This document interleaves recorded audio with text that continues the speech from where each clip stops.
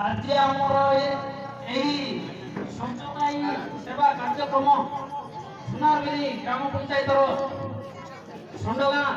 ଆଦର୍ଶ ଗ୍ରାମ ଠାରେ ଅନୁଷ୍ଠିତ ହେବାକୁ ଯାଉଥିବା ସେପ୍ଟେମ୍ବର 17ରୁ ଅକ୍ଟୋବର 2 ତାରିଖ ପର୍ଯ୍ୟନ୍ତ ଏହି କାର୍ଯ୍ୟକ୍ରମରେ ଆମର ଓଡ଼ିଶାର ତଥା ଆମର ଖୋର୍ଦ୍ଧା ନିର୍ବାଚନ ମଣ୍ଡଳୀର